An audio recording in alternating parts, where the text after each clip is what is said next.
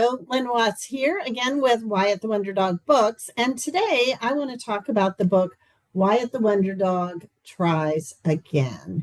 This book is all about mindset. And if you're wondering about the title, I did remake the story slightly and then change the title of the book because when you're talking about mindset, the concept of trying again is such an important part of it. And I think having that in the title really summarizes what the story is all about. So, in the story, Wyatt is tries out for a traveling baseball team. He doesn't make the team, and then he has to deal with the feelings that come along with that, the feeling of failure, and make some decisions about is this a goal that he wants to continue trying to accomplish? Or is it not? And what does that mean for him going forward? Does it mean that he doesn't try anything new because he failed at one thing? There's a lot of questions and a lot of things involved in the story.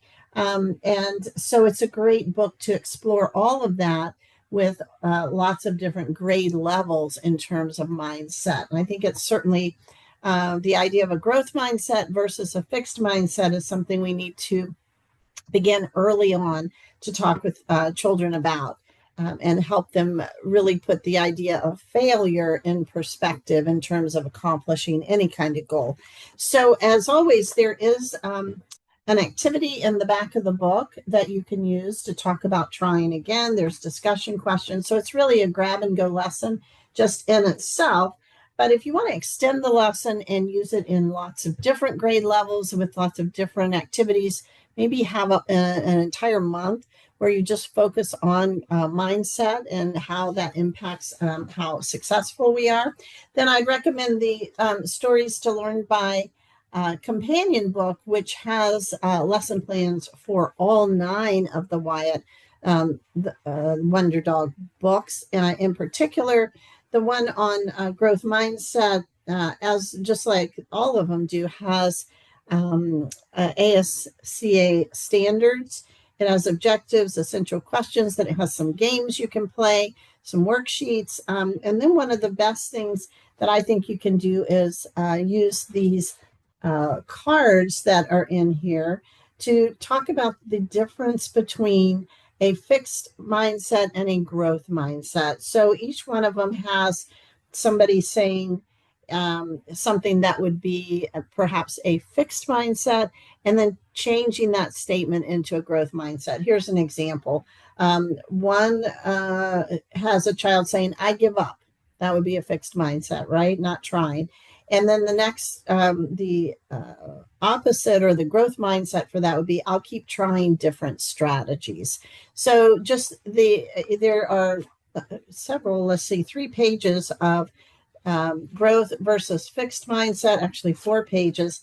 And there are lots of different creative ways that you could use this in a lesson with all different grade levels. So you could cut these out into cards. You could have a child draw one out of a basket and say whether it's a fixed or growth mindset statement, and then change it into a growth mindset if it's a fixed mindset. You can also use the Wyatt puppet with the younger kids. And this, again, is a great way to get kids thinking about and actually verbalizing some of the things that you want to teach them rather than just listening to it. So one of the ways that I often used a puppet was I would have, let's say, Wyatt, myself, I would have a big tub full of puppets, have each child pick a puppet, and then have them come up one at a time. And maybe Wyatt would say something in a fixed mindset, like, I can't do it, I give up. And then you could have the child respond with their puppet with a growth mindset. I'm going to keep trying, I'll try different strategies. So a great way to get kids involved and have them practice actually using many of these statements, not just learning about them. So I would highly recommend the Stories to Learn by combo pack, where you get the entire book of Stories to Learn by with lesson plans for all of the 9 books. You get all 9 of the Wyatt picture books, and you get this adorable Wyatt puppet that comes along with it too. So you can have lessons that you can do across the grade levels all year long, really. So as always, I want to say thanks for listening, and thanks for all the wonderful things you do to improve the lives of children.